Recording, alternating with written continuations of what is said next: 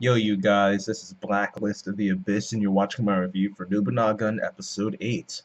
And I enjoyed this episode, I really did. It started off with VDoc doing some real serious analysis there on some Uberikari crap. Like he looked at every single possible route these little messenger objects could take to reach Florida and all the other places they've been to spread information.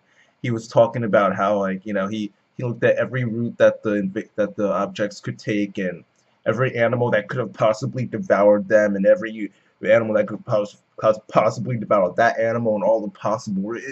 It was crazy, and he ended up coming up with the idea that these things have some type of underground tunnel that they go through, and that's how they get to these places. So Galileo actually ends up finding it.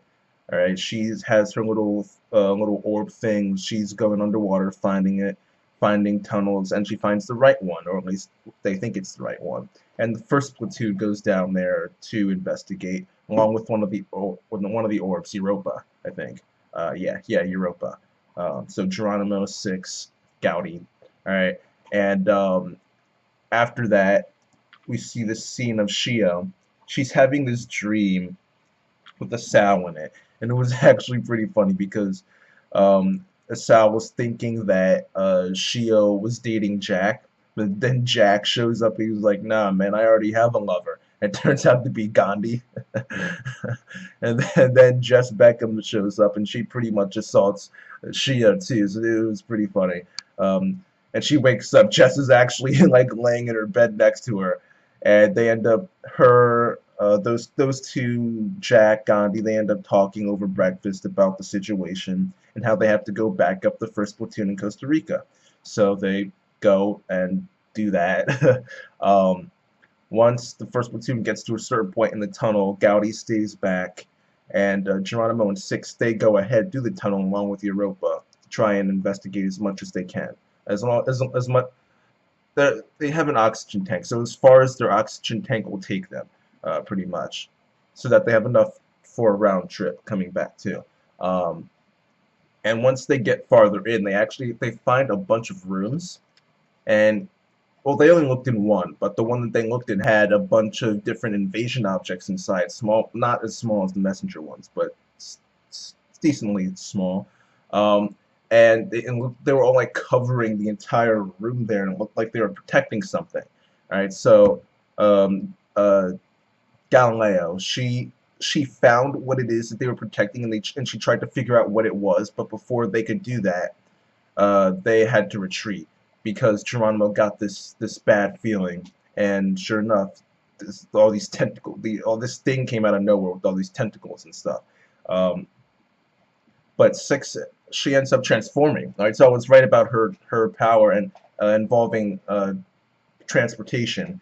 She transforms into like this vehicle and drives away. Which, thinking back in episode 6, I knew that she was driving this like vehicle, but I assumed that it was a vehicle she had found, like a snowmobile or something. But I didn't actually go back and check, but I'm assuming that that was actually just her transformation. So that makes sense now. So her power does involve transportation. So she transforms, and Geronimo gets on her, and they just drive away. The tentacles come out of the tunnel. One of them grabbed Europa actually and started to squeeze it, and it was cracking. Right, and that damage to Europa ended up causing damage to Galileo as well, feedback damage. You can see one of her goggles cracks, and then blood starts to run down her face. And the commander's like, hey, we need to get her out of there, like release her transformation, release her AU weapon so that she doesn't get hurt anymore. But VDoc says no, because if we do that, we'll lose the data we just got. We need this data. Right? So he pretty much takes advantage of the feelings that Galileo has for him in order to get her to not undo the AU weapon transformation activation, I guess, and to just go through all the pain and just take it until they can get Europa away from it. And the second platoon does end up showing up, uh, and like saving Europa, saving an orb. Um, But yeah, Jack shows up, cuts the tentacles. Gandhi and Newton and Shio, they all show up, and the thing ends up retreating. And they get medical attention for Galileo. They take her away, help her out, and Shio, she sees this thing come up, like with an eye, like a sage mode eye, like a toad eye from Naruto. It's just like horizontal. She sees that and it's watching them. Then it just goes back underground. Um, but yeah, they take Galileo away. John Hunter, he was not pleased with VDoc at all. He didn't like how he handled that situation. Galileo's life means more than Data, right? So he was just not pleased at all with VDoc here, and they, he was with her as they were rushing her down the hallway. She was well, um, and he was definitely mad about the situation. But she ended up going back to where second platoon was, which is also where first platoon was. And Jack was arguing with Geronimo because we learned earlier that those two don't get along very well at all. It was kind of funny. But Shio ends up walking in, and Gaudi's like looking at her like, wait, what? And he takes up the picture, and he's like comparing the two. It was hilarious. He realized that the picture was photoshopped. And then Geronimo and Six were just like laughing at him the entire time. It was hilarious. But VDoc ended up walking by the room. So Shio and Hunter, well, Shio starts talking to him, asking if he can go visit Galileo. He's like, no, I have better things to do. And John Hunter comes in, and then those two kind of just gang up on him, saying, it's your fault she's even like this in the first place. You should have let her undo the activation of her AE weapon. They're just they're not attacking him because he kind of deserves it because he was kind of in the wrong. But Jack ends up coming to his aid and saying, no, he wasn't in the wrong. When you're an E gene holder, and you go into a mission, you're prepared to get hurt. You're even prepared to die. All right. Galileo was prepared for that too, and it just so happens that this time she got hurt. That's that. So who's right there? I mean, Jack is right, but at the same time, VDoc is wrong because, and like Hunter and Shio are right as well, because it's like, it's true that when you're in a situation like that, you're prepared to be hurt, you're prepared to die. But at the same time, it doesn't mean you should just let someone get hurt just because. I mean, it's not just because, it's they need the data, but is the data worth sacrificing someone over and possibly letting them die? Like it depends on what the data was that they got. I mean, if this was some revolutionary data that's going to save the world, then like that could save the world, then okay, I could see that. But if it's just like something that just adds a small piece to the puzzle, it's like, well, you could have gotten that later after she was sealed up. So it all depends on that data. If that data is like the best thing in the world, then okay, I can see it. But right now, it's hard to determine which side is right because they both have points. Um, but after Jack comes to VDoc, saying VDoc ends up leaving, the commander shows up, right? She shows up personally along with, what's the dude's name? Jermaine or something like it? No, it wasn't. I don't remember that dude's name. But Saint Germain, right? It was something like that. But she says that she's actually going to end up taking direct command, okay, in the next mission. All right. The next mission, the two platoons are going to work together in order to try and take out that octopus thing, that octopus object, as well as all the other objects down there, and find out just what secret is being kept down there.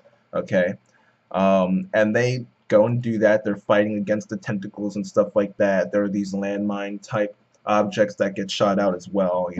I don't feel like doing play-by-play for the entire thing, but the real thing to mention here is that Shio realizes in the middle of all this that first platoon is being like pushed all the way over there, while second platoon is being pushed all the way over here, and she's realizing that there's a huge opening, and that the Clayton Forrester is wide open for attack. And she realizes, wait a second, all right, these things are going to take advantage of the situation and attack Clayton Forrester, attack the commander, all right? And she tries to tell Newton, she tries to tell Gandhi, but she just doesn't know whether she should tell them or not, whether she should just deal with it herself, whether she should rely on that. Like, she just doesn't know what to do, so she just decides to do it herself. The battleship surfaces, and it does end up shooting this big landmine type invasion object at Clayton Forrester, and Shio ends up stopping it, which was pretty legit. but she, instead of actually shooting it down, she shot the Clayton Forrester so that the landmine type kept going and just missed it completely. Kept going and blew up somewhere like far down there or somewhere, who knows, but just far away from the ship. And the ship took some damage, but that was the best case scenario, because had she actually blown up that invasion object right there, the entire Clayton Forrester would have been destroyed probably, and the commander would be dead, she would be dead, you know, just a bunch of people. It's what she did the right thing, all right, and that was pretty legit. She ended up taking a hit to the head though. And she's like underwater, like drowning, and no one's doing anything to help her. It was, I thought that was weird that no one was even attempting to help her. But hey, people were singing her praises still, saying, you know, like, wow, that was, she figured all that out and did it herself. Like, that was pretty impressive. That newbie's actually pretty good. So yeah, and that's it for the episode. In the preview, we see that Asao is actually going to be in the episode this time, not in the dream, but she's going to actually be there. And it looked like Shio used her power, like, without an AU ball, without her AU weapon. It looked like she was doing like a spirit gun or something, you know, it was weird. But that's it for this episode, and I really enjoyed it. I thought it was pretty good. So I'll give it an 8 out of 10. Yeah, or 8.5 actually, just because Shio was just that cool at the end. But yeah, that was a pretty good episode.